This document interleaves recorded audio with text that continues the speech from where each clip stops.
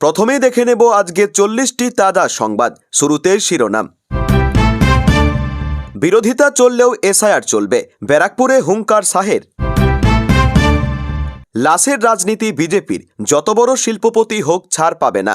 আনন্দপুর কাণ্ডে শাহকে পাল্টা অভিষেক। হুমায়ুনের পাশে ভাইজান ওয়েসি, বঙ্গে জেইউপির সঙ্গে নির্বাচনী জোট ঘোষণা মিমের। বাংলা চাই, শিলিগুড়ির সভায় শাহ বললেন 21 রাজ্যে সরকার গড়েও খুশি নন মোদি। ভোটের মুখে মুর্শিদাবাদের এসপি বদল করল নবান্ন, বেলডাঙ্গা কাণ্ডে জেরে কি তৎপরতা। তোলাবাজ সরকারকে যোগ্য জবাব দিতে আমাকে নতুন দল গড়তে হয়েছে, মমতা অভিষেককে একযোগে তোপ হুমায়ুনের। আনন্দপুরের আগুনে রাজনীতির বারুদ, লাশের খোঁজে শকুনের মতো বিজেপি, অমিত শাহকে তুলোধনা অভিষেকের। শাহের শিলিগুড়ির ভাষণ বাম দিকে ঘুরে গেল, তৃণমূলকে কাঠগড়ায় তোলার মূল সুর হয়ে উঠল বন্দে মাতারাম। ভাইপোর শেষ ইচ্ছে শীঘ্রই পূরণ করতে চান শরদ পাওয়ার, সুনেত্রার শপথ নিয়ে বললেন কিছুই জানি না। মাঠ দখল, পুজো বন্ধ, ক্ষতিপূরণ বাকি, শাহের সভার দিনে বিজেপির বিরুদ্ধে তৃণমূলের চার্জশিট। কাউকে জেতাতে নয়, জিততে এসেছি। আসন্ন ভোটে কিং মেকার হতে চান না বিজয়, বড় জয় নিয়েও আশাবাদী। চলন্ত বাসে হঠাৎ চোখে এলো কালো ধোঁয়া, মুহূর্তে আগুন। মুর্শিদাবাদ থেকে কলকাতা আসার পথে দুর্ঘটনা।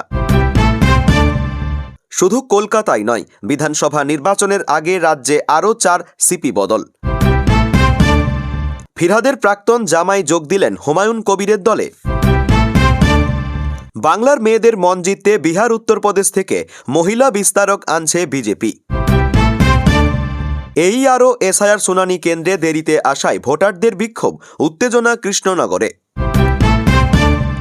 আনন্দপুর অগ্নিকাণ্ডে রহস্য ঘনীভূত, পুড়ে যাওয়া গোদাম থেকে উদ্ধার 27টি দেহাংশ। মোদি খুশি নন, বাংলায় সরকার গড়ায় বিজেপির লক্ষ্য, শিলিগুড়িতে শাহের স্পষ্ট ঘোষণা। যুদ্ধবিমান ও ক্ষেপণাস্ত্রে গতি ও ক্ষমতার নূতন দিগন্ত, বায়ুসেনার সঙ্গে বেঙ্গালুরু সংস্থার গুরুত্বপূর্ণ চুক্তি। আমেরিকা দিল ভারতের জন্য তেলের বিকল্প পথে প্রস্তাব, শুল্ক কমার সম্ভাবনা জোরালো। মাধ্যমিকের অ্যাডমিট কার্ডের জন্য পড়ুয়াদের কাছ থেকে বাড়তি টাকা দাবি, ধূপগুড়িতে উত্তেজনা। দিলীপ ঘোষের সভার পরই বিজেপির গোষ্ঠী সংঘর্ষ, দলীয় অফিসে হাতাহাতিতে জড়ালো দুই পক্ষ। আমি দুঃখিত, অনুতপ্ত, ভাগীরথী মন্তব্যের জন্য হিন্দুদের কাছে ক্ষমা চাইলেন হুমায়ুন। প্রিয় দর্শক, এবার আসছি বিস্তারিত খবরে। এসআইআর বিরোধিতা যতই হোক, কাজ চলবে। ব্যারাকপুরের আনন্দপুরী মাঠ থেকে এই বার্তাই দিয়েছেন স্বরাষ্ট্রমন্ত্রী অমিত শাহ। এসআইআর আতঙ্কে মৃতদের নিয়ে একটা শব্দ ব্যয় করতে শোনা যায়নি অমিত শাহকে। রাজ্য জুড়ে এসআইআরের কাজ চলছে। গত নভেম্বর থেকে শুরু হয়েছে এসআইআরের কাজ, এখন চলছে হিয়ারিংয়ের কাজ। এতদিনে প্রায় 141 জনের মৃত্যু হয়েছে, কিন্তু তাদের নিয়ে কোনো কথাই শোনা যায়নি স্বরাষ্ট্রমন্ত্রীর গলায়। আনন্দপুরের অগ্নিকাণ্ডে মৃতদের পরিবারকে সমবেদনা জানিয়েছেন, কিন্তু এসআইআর আতঙ্কে মৃত বিএলও ও সাধারণ মানুষের পরিবারের প্রতি কোনো কথাই বললেন না তিনি। তাদের পরিবারের প্রতি সমবেদনাও শোনা যায়নি তাঁর গলায়। আসন্ন বিধানসভা নির্বাচনকে টার্গেট করেছে বিজেপি। এদিন তার মুখে শোনা গিয়েছে বাংলা দখলের কথা। মতুয়াদের তিনি বলেছেন ভয় পাবেন না, কেউ তাদের অধিকার কেড়ে নিতে পারবে না। এসআইআরের বিরোধ যত খুশি কার হোক, সেই কাজ চলছে। ভোটার তালিকা থেকে অনুপ্রবেশকারীদের সরাতেই হবে, তার জন্য এসআইআর চলবে। তিনি বলেছেন গোটা দেশের নিরাপত্তা প্রশ্নের মুখে, এই অনুপ্রবেশ রুখতে হবে। তার অভিযোগ, নদী নালা দিয়ে যে অনুপ্রবেশ হয় তাদের আটকানো হয় না। কাঁটাতারের জন্য জমি দেয় না সরকার, কিন্তু ক্ষমতায় এসে ব্যবস্থা নেওয়া হবে। ক্ষমতায় আসার 45 দিনের মধ্যে সীমানার ব্যবস্থা করা হবে, অনুপ্রবেশকারীদের হটানো হবে। বাকি যারা থাকবে তাদের বিজেপির মুখ্যমন্ত্রী এসে হটাবে। বাংলায় সফরে এসে বিজেপির কর্মী সভায় আনন্দপুরের অগ্নিকাণ্ড নিয়ে সরব হয়েছেন অমিত শাহ। শুধু তাই নয়, নাজিরাবাদের ওই মর্মান্তিক ঘটনার জন্য তৃণমূল কংগ্রেসকেই দায়ী করেছেন কেন্দ্রীয় স্বরাষ্ট্রমন্ত্রী। এবার অমিত শাহকে নিশানা করে পাল্টা মন্তব্য করেছেন তৃণমূল কংগ্রেসের সর্বভারতীয় সাধারণ সম্পাদক অভিষেক বন্দ্যোপাধ্যায়। লাশ নিয়ে রাজনীতি করছে বিজেপি, সেই কটাক্ষ করেছেন তিনি। শুধু তাই নয়, ওই ঘটনায় জড়িত হলে যত বড় শিল্পপতি হোক ছাড় পাবেন না, সেই কথাও জানিয়েছেন ডায়মন্ড হারবারের সাংসদ। এদিন কলকাতা থেকে দিল্লি রওনা হন অভিষেক বন্দ্যোপাধ্যায়। দুপুরে কলকাতা বিমানবন্দরে পৌঁছে তিনি সাংবাদিকদের মুখোমুখি হয়েছিলেন। সেখানেই তিনি বিজেপিকে আক্রমণ করেন, আনন্দপুরের অগ্নিকাণ্ড নিয়েও মন্তব্য করেন।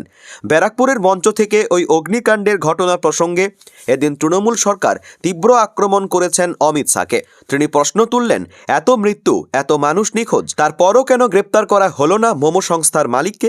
মৃতদের পরিবারকে শাহের আশ্বাস, ২৬শে বিজেপি ক্ষমতায় এলে দোষীরা শাস্তি পাবেই। এদিন সেই বিষয়ে অভিষেক বলেন, একটি দুঃখজনক ঘটনা ঘটেছে, তবে একটি প্রাইভেট গোডাউন কোথায় কি রয়েছে সেসব খতিয়ে দেখা সরকারের পক্ষে সম্ভব নয়। তবে অগ্নিকাণ্ডের পরে ওই গোডাউনের মালিক এবং পার্শ্ববর্তী মোমো কোম্পানি দায়িত্বপ্রাপ্ত ২ ম্যানেজারকে ইতিমধ্যে গ্রেপ্তার করা হয়েছে। এরপরই সুর চড়িয়ে অভিষেক কটাক্ষ করেন, একটা ঘটনাকে নিয়ে রাজনীতি করা বিজেপির কায়দা। শকুনের মতো মৃতদেহ খোঁজে, মৃত্যুর রাজনীতি করে, লাশের রাজনীতি করে। তৃণমূল সাংসদদের কথায় কোথাও কোনো ভুল ত্রুটি ঘটলে সকলকে কাঁধ মিলিয়ে সুনিশ্চিত করতে হবে যাতে তার পুনরাবৃত্তি না ঘটে। আনন্দপুরের ঘটনার সঙ্গে জড়িত হলে যত বড় শিল্পপতি হোক ছাড় পাবেন না, সেই কথাও এদিন অভিষেক জানিয়ে দিলেন। এদিন অমিত শাহ প্রশ্ন ছুড়ে দেন, উনি কার সঙ্গে বিদেশ সফরে যান, সেই কারণেই কি রাজ্য চুপ? সম্প্রতি একটি ছবি প্রকাশ্যে এসেছে যেখানে স্পেনে মমতা বন্দ্যোপাধ্যায়ের সঙ্গে এক ছবিতে দেখা যাচ্ছে মোমো সংস্থার মালিককে।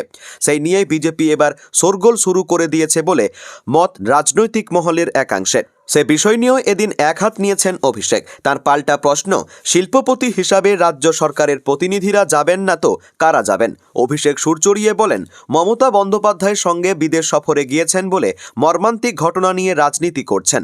নীরব মোদি বা মেহুল চকসির মতো ব্যবসায়ীরা দেশকে সর্বশান্ত করে ১৫ থেকে ২০,০০০ কোটি টাকার ঋণ নিয়ে পালিয়েছেন। তারা মোদির সঙ্গে বিদেশ সফর করেছেন।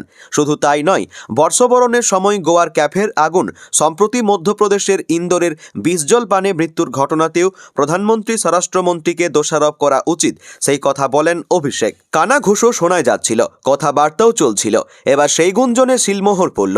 শনিবার রেজিনগরে তৃণমূল থেকে বহিষ্কৃত বিধায়ক হুমায়ুন কবিরের জনতা উন্নয়ন পার্টির সঙ্গে জোট ঘোষণা করেই দিল আসাদউদ্দিন ওয়েসির মিম। দলের রাজ্য সভাপতি ইমরান সোলাঙ্কি সে কথা স্পষ্ট করে দিয়েছেন। মুখ্যমন্ত্রী মমতা বন্দ্যোপাধ্যায়ের সমালোচনা করে তিনি পরিবর্তনের ডাক দিয়েছেন। কটাক্ষ করে তার মন্তব্য, আরএসএসের দুটি ফুল, বিজেপি আর তৃণমূল। জোট পাকা হলেও আসন বন্টন নিয়ে এখনও দুপক্ষের মধ্যে আলোচনা হয়নি বলেই খবর, তা এখনও বেশ কিছুটা সময়ের অপেক্ষা।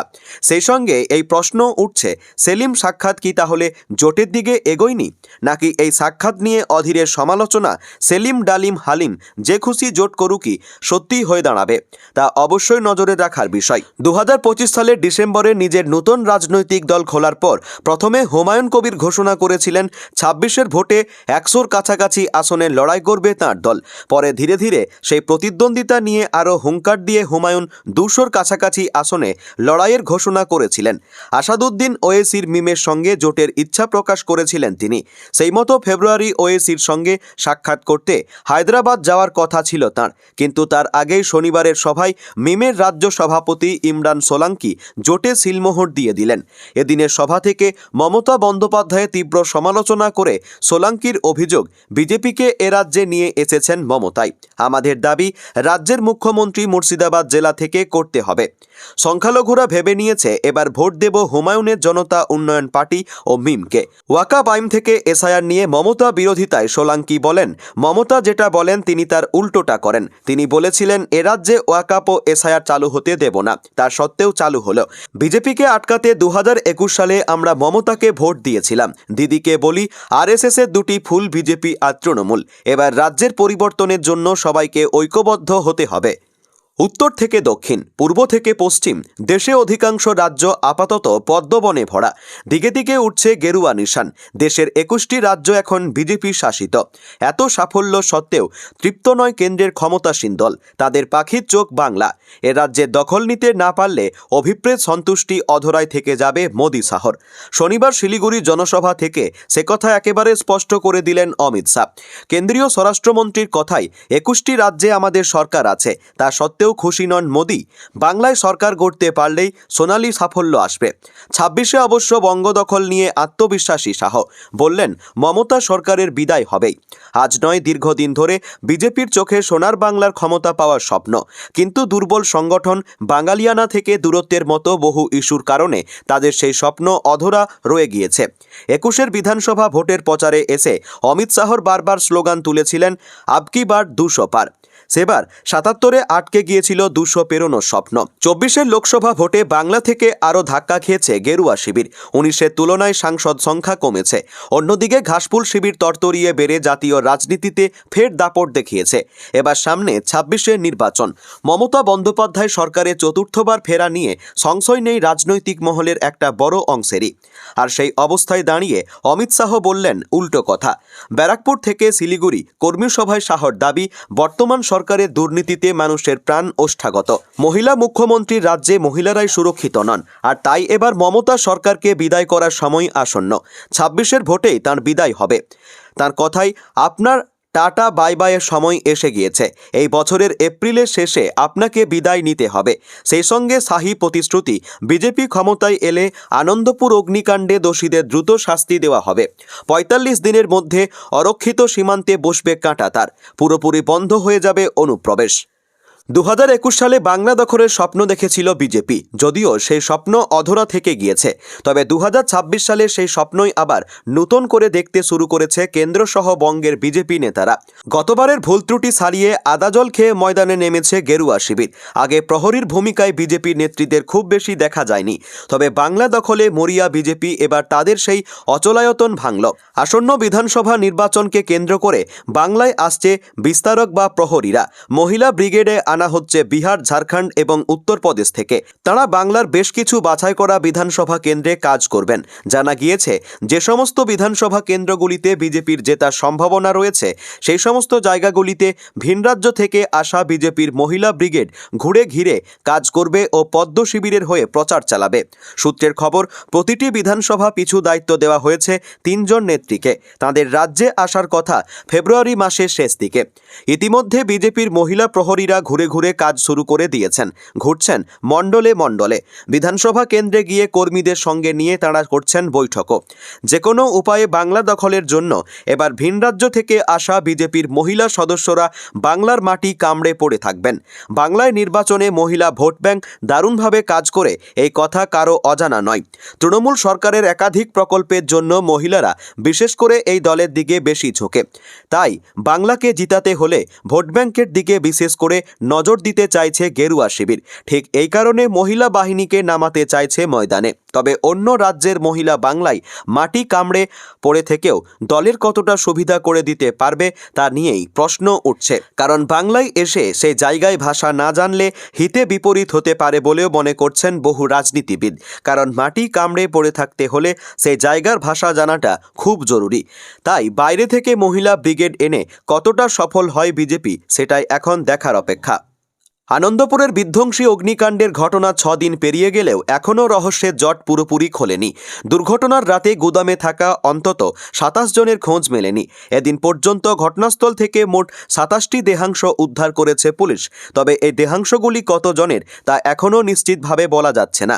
বারুইপুর পুলিশ জেলার এক শীর্ষ আধিকারিক জানিয়েছেন, উদ্ধার হওয়া দেহাংশগুলি ফরেনসিক পরীক্ষার জন্য ফরেনসিক সায়েন্স ল্যাবরেটরি পাঠানো হয়েছে। নিহতদের পরিচয় নিশ্চিত করতে প্রথমে ডিএনএ পরীক্ষা করা হবে, তারপরে নিখোঁজ ব্যক্তিদের পরিবারের সদস্যদের রক্তের নমুনার সঙ্গে মিলিয়ে দেখা হবে। ডিএনএ ও রক্তের নমুনা মিললে সংশ্লিষ্ট পরিবারের হাতে দেহাংশ তুলে দেওয়া হবে। বারুইপুর জেলার পুলিশ সুপার শুভেন্দ্র কুমার জানান, যত দ্রুত সম্ভব পুরো প্রক্রিয়া শেষ করার চেষ্টা চলছে। তবে দেহাংশের অবস্থা অত্যন্ত খারাপ হওয়ায় শনাক্তকরণে কিছুটা সময় লাগতে পারে বলেই মনে করছেন তদন্তকারীরা। এদিকে আনন্দপুরের মর্মান্তিক ঘটনায় শোক প্রকাশ করেছেন প্রধানমন্ত্রী নরেন্দ্র মোদী। প্রধানমন্ত্রী জাতীয় ত্রাণ তহবিল থেকে মৃতদের পরিবারকে 2 লক্ষ টাকা ও আহতদের 50,000 টাকা করে আর্থিক সাহায্যের ঘোষণা করেছেন। রাজ্য সরকারও মৃতদের পরিবার পিছু 10 লক্ষ টাকা আর্থিক সহায়তা দেওয়ার কথা ঘোষণা করেছে। তদন্তে গাফিলতির অভিযোগে শুক্রবারই গ্রেপ্তার করা হয়েছে ওই গুদামের ম্যানেজার মনোরঞ্জন সিট ও ডেপুটি ম্যানেজার রাজা চক্রবর্তীকে। ধৃতদের বারুইপুর মহকুমা আদালতে পেশ করে 5 দিনের পুলিশ হেফাজতের নির্দেশ দেওয়া হয়েছে। এর আগে গ্রেপ্তার হয়েছিলেন দ্বিতীয় গুদামটির মালিক গঙ্গাধর দাস। সব মিলিয়ে আনন্দপুর অগ্নিকাণ্ড মামলায় ধৃতের সংখ্যা বেড়ে দাঁড়ালো 3। তার তৈরি জনতা উন্নয়ন পার্টির তথাকথিত মহাসমাবেশ, উপস্থিত তাঁর কয়েক হাজার অনুগামী, অন্য শরিক দলের নেতারা মঞ্চে। এক প্রকার হঠাৎই হুমায়ুন কবির হিন্দুদের কাছে ক্ষমা চেয়ে নিলেন।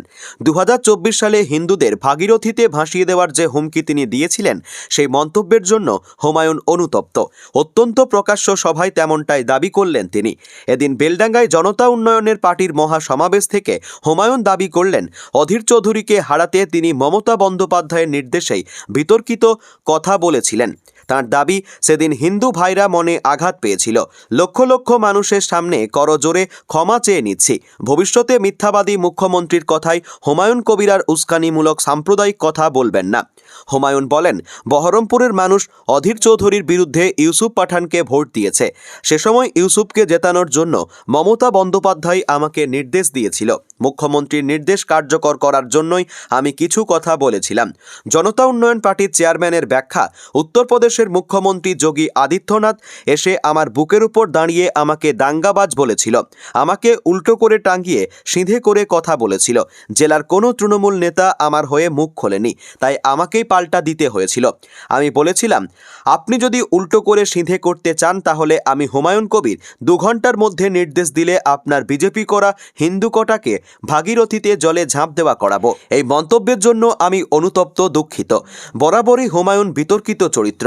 একদলে মন বসে না তাঁর, খবরে থাকতে ভালোবাসেন, কিন্তু গত কয়েক বছরের রাজনৈতিক প্রাসঙ্গিকতা ধরে রাখতে একটু বেশি বিতর্কিত হয়ে গিয়েছিলেন হুমায়ুন কবির।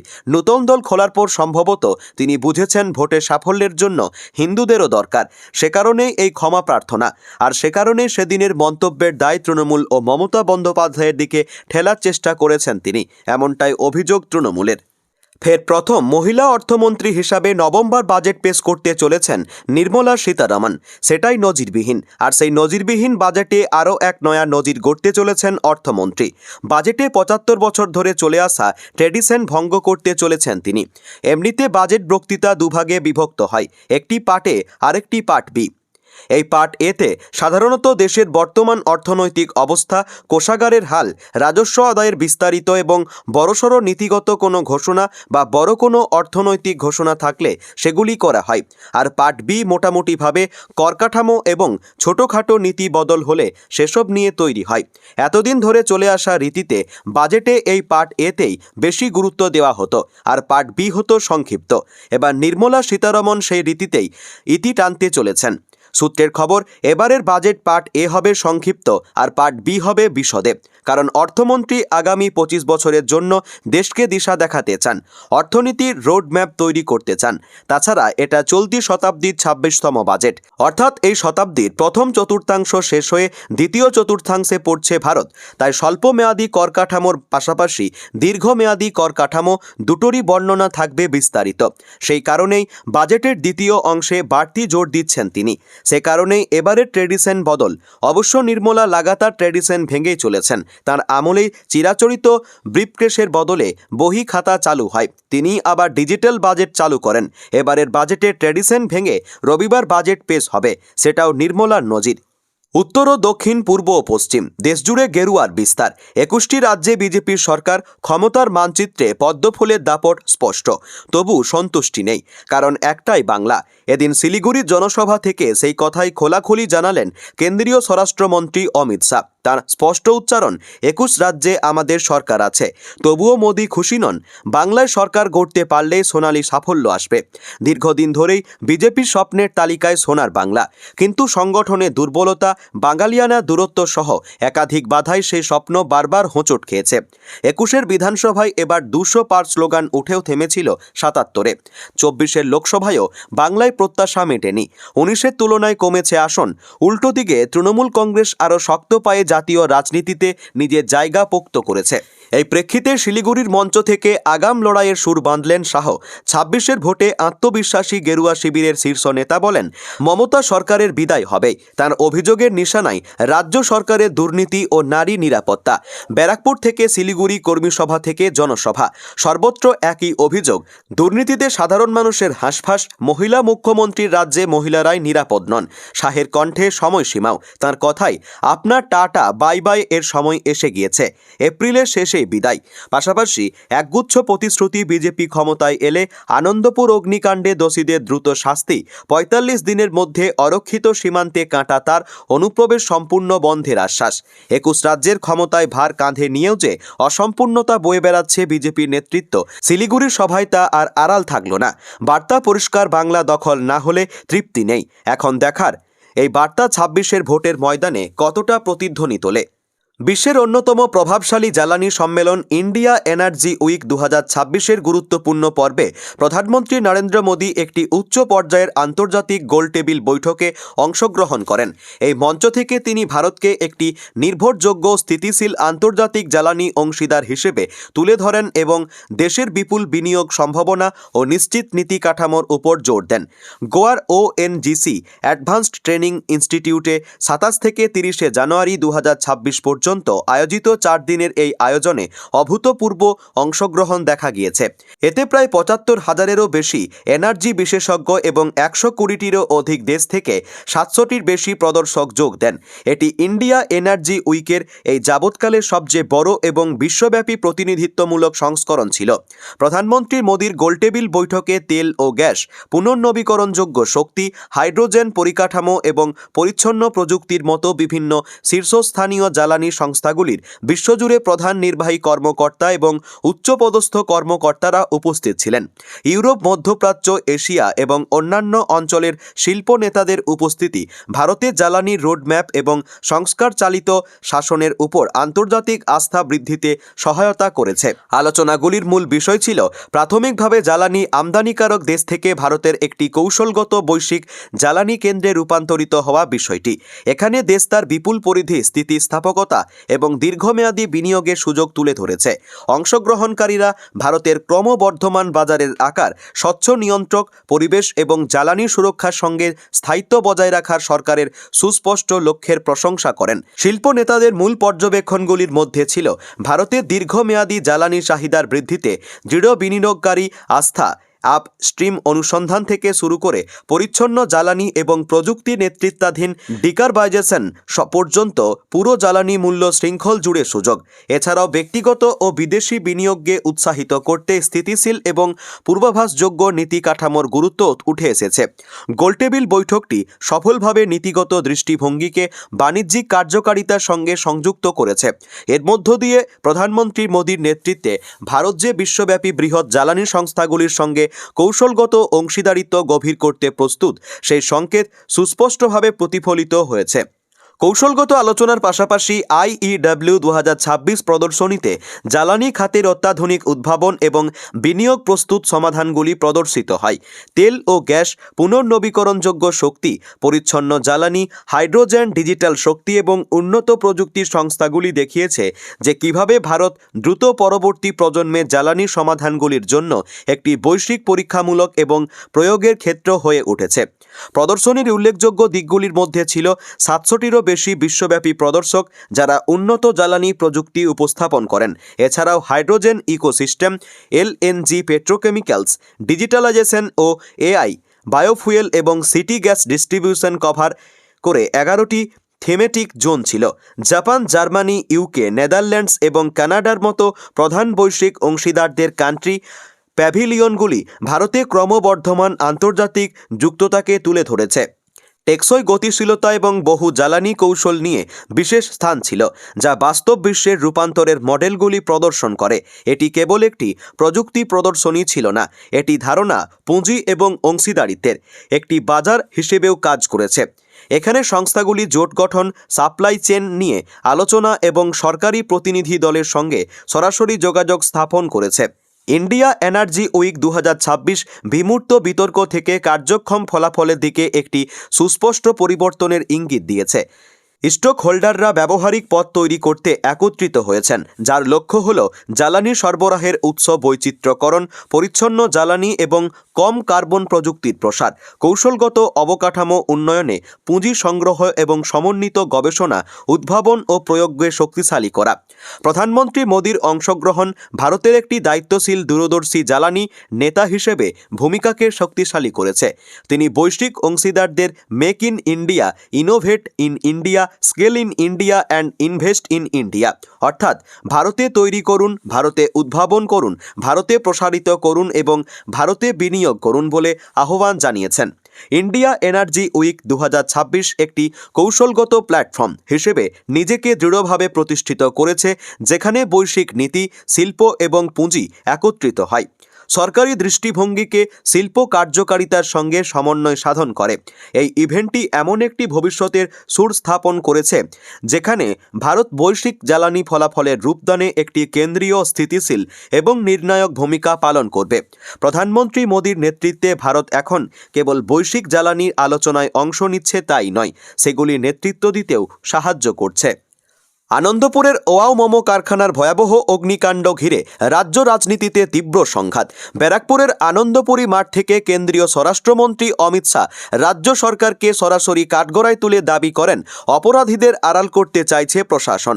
মুখ্যমন্ত্রীকে নিশানা করে হুঙ্কার শাহের, এই অগ্নিকাণ্ডে আপনার লোকজন জড়িত, পর্দা দিতে চাইলে দিন। এপ্রিলের পর বিজেপি সরকার এলে একে একে সবাইকে জেলে পাঠানো হবে। এই হুমকির পাল্টা জবাবে কোনো রাগঢাক না রেখে বিজেপির বিরুদ্ধে তোপ দাগলেন তৃণমূলের সর্বভারতীয় সাধারণ সম্পাদক অভিষেক বন্দ্যোপাধ্যায়। তার করা মন্তব্য, বিজেপি মৃতদেহ নিয়ে সুকুনের রাজনীতি করে, ওদের রাজনীতি লাশ খুঁজে বেড়ায়। অভিষেকের দাবি, ঘটনার পরই পুলিশ কারখানার মালিককে গ্রেপ্তার করেছে। কারখানার মালিকের ঘনিষ্ঠতা ও বিনিয়োগ প্রসঙ্গ তুলে রাজ্য সরকারকে কাঠগড়ায় তোলেন শাহ। তার অভিযোগ, বিমানে সফর করলেও সংশ্লিষ্ট মালিককে গ্রেপ্তার করা হয়নি। পাল্টা অভিষেকের খোঁচা, নীরব মোদি তো প্রধানমন্ত্রীর সঙ্গেই বিদেশ সফরে গিয়েছিলেন। একই সঙ্গে তার মন্তব্য, মুখ্যমন্ত্রীর সঙ্গে শিল্পপতিরা বিদেশ সফরে যাবেন, এটাই স্বাভাবিক।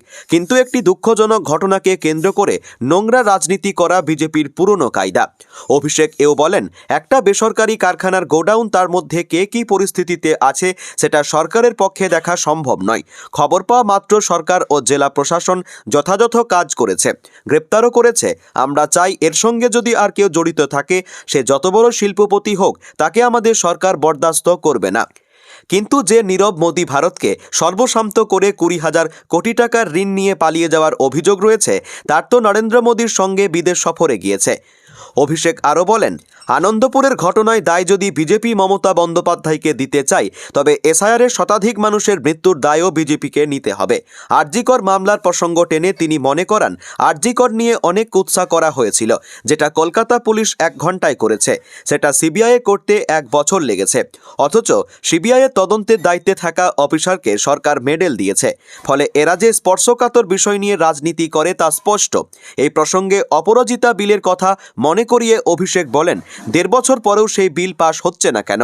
কারণ এই বিল পাশ হলে বিজেপির সব ধর্ষকগুলো সাজা হবে। বিলকিস ধর্ষণে অভিযুক্তরা বেল পাওয়ার পর তাদের উত্তরীয় পরিয়ে সংবর্ধনা দিয়েছিল বিজেপি, এটাই ওদের কালচার। অমিত শাহের 5 লক্ষ কোটি টাকা উন্নয়ন তহবিল দাবির জবাবে অভিষেক চ্যালেঞ্জ ছুড়ে দেন, 7 বছরে জিএসটি বাবদ 6.5 লক্ষ কোটি টাকা বাংলা থেকে নিয়ে গেছে। আমি তো পরিসংখ্যান দিচ্ছি, ক্ষমতা থাকলে শ্বেতপত্র প্রকাশ করুন। এসআইআর ইস্যুতেও বিজেপিকে আক্রমণ করেন তৃণমূলের সাধারণ সম্পাদক। তার অভিযোগ, রাজনৈতিকভাবে পেরে না উঠে এসআইআরের নামে বাংলার 10 কোটি মানুষকে হয়রানি করা হচ্ছে। অভিষেক বলেন, ওদের সাংসদরাই তো বলছে মতুয়াদের নাম বাদ গেলে যাবে। শান্তনু ঠাকুর, অসীম সরকাররাই তো মানুষকে ভয় দেখাচ্ছে, ওরাই তো বলেছিল 1 কোটি নাম বাদ যাবে। তার মন্তব্য, এসআইআর দেখিয়ে ভয় দেখাতে চাওয়া বিজেপি বুঝতে পারছে পায়ের তলার মাটি সরে যাচ্ছে। আগামী দিনে ভোটের শতাংশই তার প্রমাণ দেবে।